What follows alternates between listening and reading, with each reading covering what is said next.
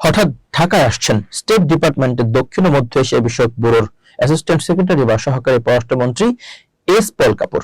মঙ্গলবার ঢাকায় পা রাখার কথা রয়েছে তার। সোমবার 2 মার্চ ঢাকার মার্কিন দূতাবাসের মুখপাত্র পূর্ণিমা রায়ের পাঠানো এক বিবৃতিতে এই তথ্য নিশ্চিত করা হয়েছে। বিবৃতিতে বলা হয়েছে, এই সফরের লক্ষ্য যুক্তরাষ্ট্র বাংলাদেশ কৌশলগত সম্পর্ক আরো জোরদার করা। সফরকালে অ্যাসিস্ট্যান্ট সেক্রেটারি পল কাপুর নতুন সরকারের বিভিন্ন কর্মকর্তা এবং ব্যবসায়ী নেতাদের সঙ্গে বৈঠক করবেন। বৈঠক দ্বিপাক্ষিক বাণিজ্য ও বিনিয়োগ সম্প্রসারণ, নিরাপত্তা সহযোগিতা বৃদ্ধি এবং ইন্দো প্যাসিফিক অঞ্চলে অভিন্ন স্বার্থ এগিয়ে নেওয়ার বিষয়গুলো নিয়ে আলোচনা হবে বলে জানানো হয়েছে মার্কিন দূতাবাসের বিবৃতিতে। ত্রয়োদশ জাতীয় সংসদ নির্বাচনে নিরঙ্কুশ জয়লাভের মাধ্যমে বিএনপি চেয়ারম্যান তারেক রহমানের নেতৃত্বে নতুন সরকার গঠনের পর এটি হতে যাচ্ছে যুক্তরাষ্ট্রের কোন শীর্ষ কর্মকর্তার প্রথম ঢাকা সফর। কূটনৈতিক সূত্রে জানা গেছে 3 থেকে 5 মার্চ ঢাকা সফর করবেন পল কাপুর। ট্রাম্প প্রশাসনের একজন গুরুত্বপূর্ণ প্রতিনিধি হিসেবে তার এ সফরকে বাংলাদেশ ও যুক্তরাষ্ট্রের মধ্যকার বিদ্যমান কূটনৈতিক এবং বাণিজ্যিক সম্পর্ককে আরো সুসংহত করার একটি বড় পদক্ষেপ হিসেবে দেখা হচ্ছে।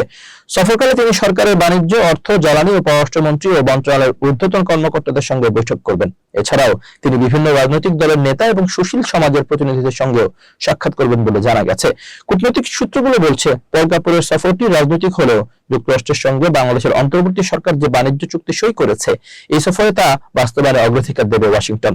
সফরে দুই দেশের স্বার্থ সংশ্লিষ্ট বিষয়ের পাশাপাশি মিয়ানমার ও রোহিঙ্গা সমস্যা এবং আঞ্চলিক ইস্যু, বিশেষ করে পাকিস্তান, আফগানিস্তান ও ইরান নিয়েও আলোচনা হতে পারে। এর আগে নবনির্বাচিত সরকার দায়িত্ব নেওয়ার পর গত 23 ফেব্রুয়ারি পররাষ্ট্রমন্ত্রী ডক্টর খলিলুর রহমানের সঙ্গে বৈঠক করেন ঢাকার নিযুক্ত মার্কিন রাষ্ট্রদূত বেন ক্রিস্টেনসন। সেই বৈঠকেই পল কাপুরের ঢাকা সফরের বিষয়টি চূড়ান্ত হয়।